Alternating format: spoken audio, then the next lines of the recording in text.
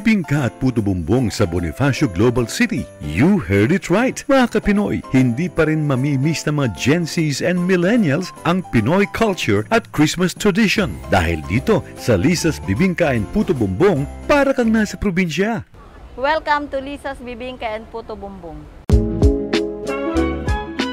Native ang design and ambiance ng kanilang food stall sa gitna ng BGC sa Taguig City. Ako po si Elisa Albiola. Ako po yung may-ari ng Lisa's Bibingka. 25 years na po akong nasa pagninegosyo ng Lisa's Bibingka. Ito po yung unang business ko na pinatayo namin. Ito talaga ang pinangarap kong negosyo sa buhay ko. Kasama yung mga anak ko, asawa ko, ito yung pinatayo naming negosyo. Kasi ito yung gustong-gusto kong gawin sa buhay ko. Marami kong alam na paggagawa ng dessert, pero talaga ito ang gustong-gusto kong gawin. Ito kasi ang hinahanap ng mga tao. Sa restaurant kasi wala ito. Kaya ito ang pinatayo kong business, yung bibingka. It's true na if you love what you do, tuloy-tuloy ang pag-asenso. She never stops innovating the traditional Christmas delicacy ng mga ka-Pinoy. Kaya, kita niyo naman, pinipilahan ang Lisa's Bibingka and Puto Bumbong with a twist. Yung kakaiba dito sa bibingka, yung ubi, bibingka, may lahalayang ubi, ganun. Yung overload na puto bumbong, original na bibingka, at saka yung bibingka flows. Yung bibingka flows, yung authentic na bibingka, yung original, nilalagyan po ng pork floss sa ibabaw. Tapos, meron po kaming cheese and condensed na puto bumbong, meron kaming nyug muscabado. Taon-taon po kami may dinadagdag na product namin. Gusto ko po maging masenso pa yung Lisa's Bibingka. Marami pa po kaming balak na idagdag sa product namin. Ngayon 2024.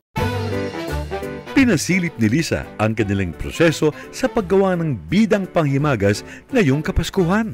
Nilalagyan lang po namin ng galapong bibingka to, tapos lalagyan ng cheese, salted egg, then papatong na yung uling, yung baga. Ilalagay muna yung yung malagkit dito, tapos ilalagay po dito, ini-steam lang po namin. Nag-iiba lang yung kulay pag luto na po siya. Lalagyan muna ng butter, tapos nyog, muscovado, ma'am.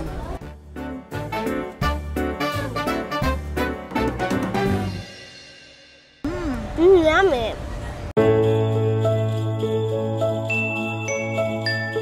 Hindi na kailangang hintayin ng Christmas season para makakain ng bibingka and puto bumbong.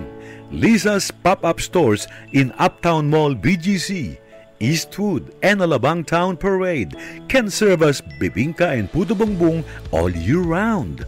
Siyempre, digital era na tayo. Kailangan talagang matuto tayo when it comes to social media and proper communications with the customer. Kasi parang para sa akin, based on what I have experienced, is one word lang na masabi mong mali, malaki na yung impact sa customer. Parang mararamdaman nila na ay hindi to welcoming, ay parang hindi ko sila maaasahan when it comes to booking my event.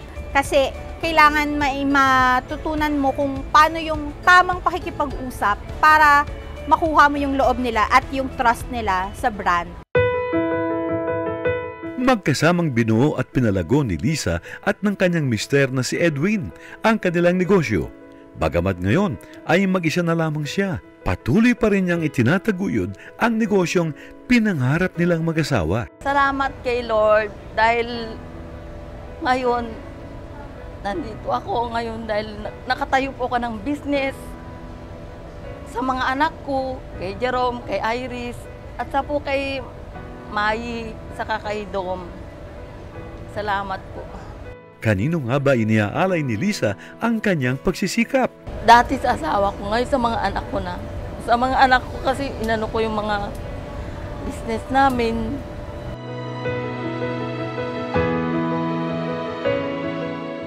Nasa 25 years na po ako nagninegosyo. Ang natutunan ko sa pagninegosyo, sipag at tiyaga lang. Hindi naman laging may benta, umasa ka rin ng hindi laging may benta. Ipus lang po ng ipus hanggang ano din, umasenso ka rin. Elisa Albiola, gumawa ng bibingka and puto bumbong with a twist. Kaya naman, hindi naging mailap ang success ng kanilang bees. Asenso ka Pinoy.